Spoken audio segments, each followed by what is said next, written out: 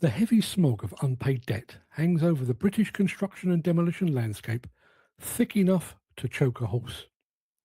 From the mist rises a familiar silhouette. It was laid to rest only 3 weeks ago by the High Court, buried under a mountain of liquidator paperwork and unfulfilled tenders. Yet here it stands on site, engines revving, ready to devour the next contract. Welcome to the resurrection of the zombie construction firm. In classic horror, the dead rise through ancient curses or mysterious viruses. In the UK demolition and building sectors, the reanimation spell is far simpler, relying on insolvency laws and the protection of limited liability. They shuffle across the muddy acres of active sites, fully operational, but bearing the scars of their previous demise. Their nameplates are freshly painted, the company name new yet familiar, and their core remains identical. They operate from the very same headquarters, drive the exact same machines, guided by the very same directors who left a trail of unpaid suppliers in their wake.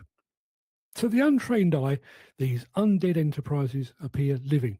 They pitch for tenders with aggressively low bids, hungry for fresh cash to feed their insatiable appetite. Beneath the pristine high-vis jackets lies a decayed balance sheet, hollowed out by the pre-pack administration process. The old debts, unpaid material suppliers and tax arrears have been buried in a mass grave, leaving the newly christened entity free to stalk the market unburdened. This continuous cycle of financial death and immediate rebirth places honest, living companies in dire peril. How does a healthy, tax-paying contractor compete against an entity that simply dies to shed its liabilities, only to re-emerge the following Monday to snatch the next big contract? The zombie firms move slower, damaged by tarnished reputations and weary supply chains, but their immunity to past ruin makes them an unyielding predator in a market where every penny counts. Now, fairness demands a clear distinction in this grim landscape, because not every corporate death is a malicious curse. The construction and demolition sectors are brutal arenas, and many businesses are struck down through no fault of their own. A sudden economic frost, a runaway material inflation, or the crippling blow of non-payment by a major contractor can drag down even the most honourable firms.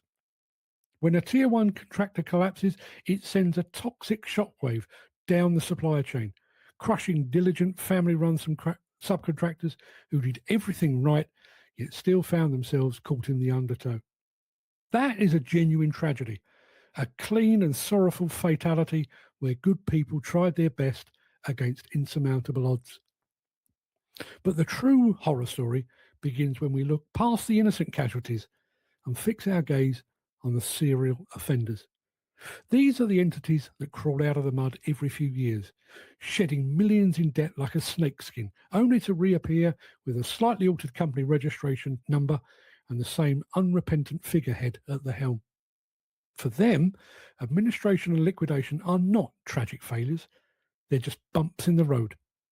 They treat the insolvency process like a revolving door, using legal loopholes to launder their financial sins while leaving the creditors to pick over the bones.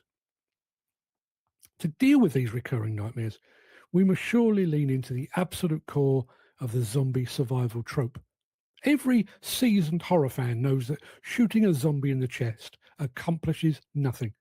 Slapping a company with a minor administrative fine or temporary wrist slap does nothing either, because those penalties bounce right off them.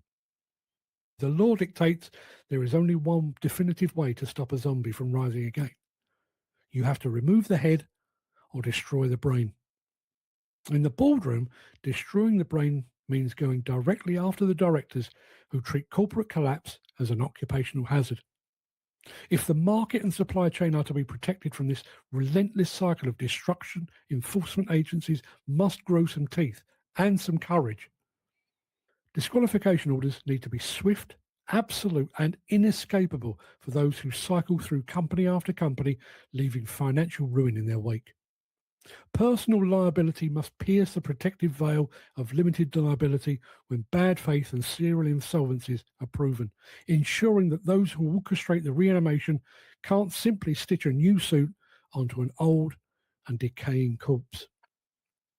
The collateral damage of this legalised laundering goes far beyond balance sheets. Honest subcontractors operating on razor-thin margins are forced to compete against ghostly lowball bids that defy basic economic sense.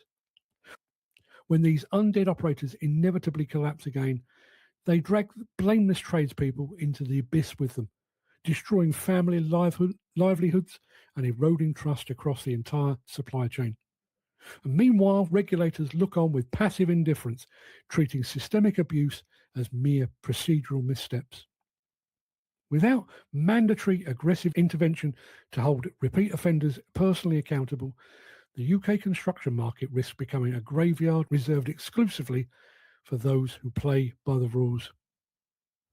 Until real regulatory firepower drives a stake through their brain, these financial zombies will continue to trudge across the construction landscape, hungrily eyeing up the next victim to drag down into the pit.